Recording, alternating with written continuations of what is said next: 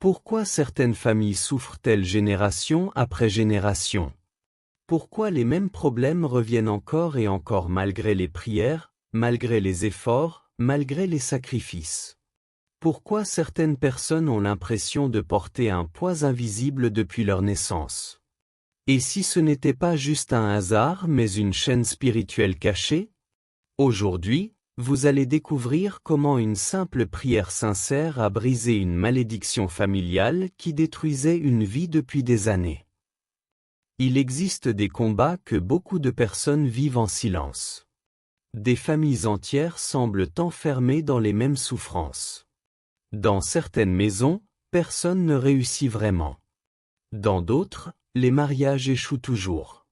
Parfois ce sont les maladies, les décès précoces, la pauvreté, les addictions ou les disputes permanentes qui se répètent génération après génération. Beaucoup disent, c'est la vie. C'est notre destin. Dans notre famille, c'est comme ça. Mais la Bible nous enseigne qu'il existe aussi des réalités spirituelles invisibles qui peuvent influencer une famille entière. Dans le livre d'Exode chapitre 20 verset 5, Dieu dit, « Je punis l'iniquité des pères sur les enfants jusqu'à la 3e et la 4e génération. » Cela signifie que certains péchés, certaines portes spirituelles ou certaines mauvaises alliances peuvent produire des conséquences sur plusieurs générations. Aujourd'hui encore, beaucoup de familles portent des blessures profondes héritées du passé. Des pratiques occultes anciennes, des paroles négatives prononcées dans la colère, des pactes, des sacrifices ou des habitudes destructrices peuvent ouvrir des portes spirituelles dangereuses. Et parfois, les personnes souffrent sans même comprendre pourquoi. Peut-être que vous avez déjà remarqué des choses étranges dans votre propre famille. Toujours les mêmes échecs. Toujours les mêmes blocages. Toujours les mêmes souffrances. Comme si quelque chose empêchait le bonheur d'entrer complètement dans votre vie. Certaines personnes travaillent dur mais rien ne fonctionne durablement. D'autres voient tous leurs projets s'écrouler au dernier moment. Certaines vivent des cauchemars répétitifs, des peurs inexplicables ou des oppressions qu'elles ne savent pas expliquer. Mais écoutez ceci attentivement, Jésus-Christ n'est pas venu pour laisser les hommes prisonniers des ténèbres. Dans Luc chapitre 13 versets 11 à 13, la Bible parle d'une femme courbée depuis 18 ans. Elle souffrait à cause d'un esprit d'infirmité. Elle allait pourtant à la synagogue. Elle priait. Mais elle était liée spirituellement. Quand Jésus la vit, il posa les mains sur elle et immédiatement elle fut libérée. Beaucoup de personnes aujourd'hui ressemblent à cette femme. Elle sourit devant les autres, mais elle souffre intérieurement. Elles avancent difficilement dans la vie. Elles portent des chaînes invisibles. Mais la bonne nouvelle, c'est que Jésus libère encore aujourd'hui. Dans Galates chapitre 3 verset 13, il est écrit, « Christ nous a rachetés de la malédiction ». Cela veut dire que Jésus a porté sur la croix tout ce qui devait nous détruire. Il a pris la malédiction afin de nous donner la bénédiction. Il a pris la honte afin de nous donner la paix. Il a pris les chaînes afin de nous donner la liberté. Un jour, une personne décida qu'elle ne voulait plus vivre dans les mêmes souffrances que sa famille. Depuis l'enfance, elle voyait les mêmes problèmes se répéter autour d'elle. Les disputes. Les échecs. La pauvreté. Les relations détruites. La peur constante. Elle avait tout essayé. Les conseils. Les efforts. Les solutions humaines. Mais rien ne changeait vraiment.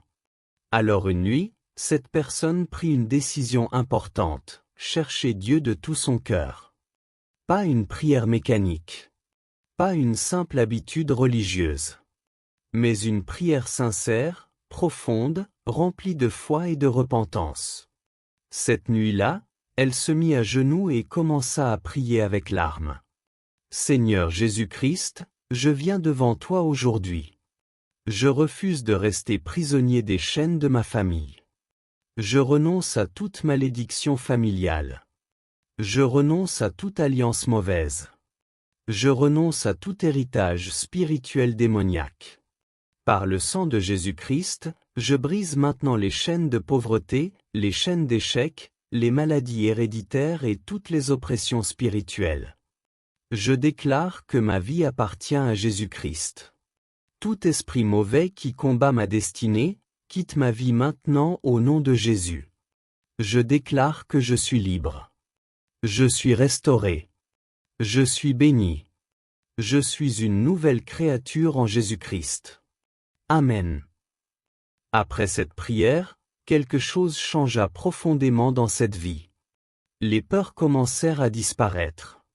La paix revint progressivement. Les blocages commencèrent à tomber. Ce qui semblait impossible commença à bouger. Parce que lorsque Dieu intervient, même les chaînes les plus anciennes peuvent être brisées. Mais il y a une chose importante à comprendre. La délivrance ne s'arrête pas à une simple émotion. Après avoir prié, il faut continuer à marcher avec Dieu. Il faut abandonner le péché. Il faut pardonner. Il faut prier chaque jour. Il faut lire la Bible. Il faut fermer les portes spirituelles dangereuses.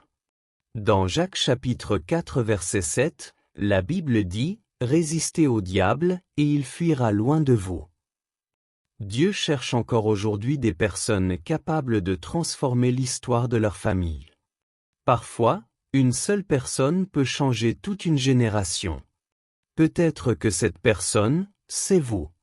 Peut-être que vous êtes celui ou celle que Dieu veut utiliser pour arrêter les cycles de souffrance dans votre maison. Grâce à votre foi, vos enfants vivront différemment. Grâce à votre obéissance, une nouvelle histoire peut commencer. Le diable pensait peut-être terminer votre vie dans la souffrance. Mais Dieu prépare votre restauration. Ce qui détruisait votre famille depuis des années peut tomber aujourd'hui au nom de Jésus-Christ. Car là où Jésus entre, les ténèbres reculent. Là où Jésus agit, les chaînes tombent. Là où Jésus règne, les captifs retrouvent la liberté. Si vous croyez que Dieu vous a parlé aujourd'hui, écrivez avec foi, « Je suis libre ». Et n'oubliez jamais ceci. Avec Dieu, aucune malédiction n'est plus forte que la puissance de Jésus-Christ.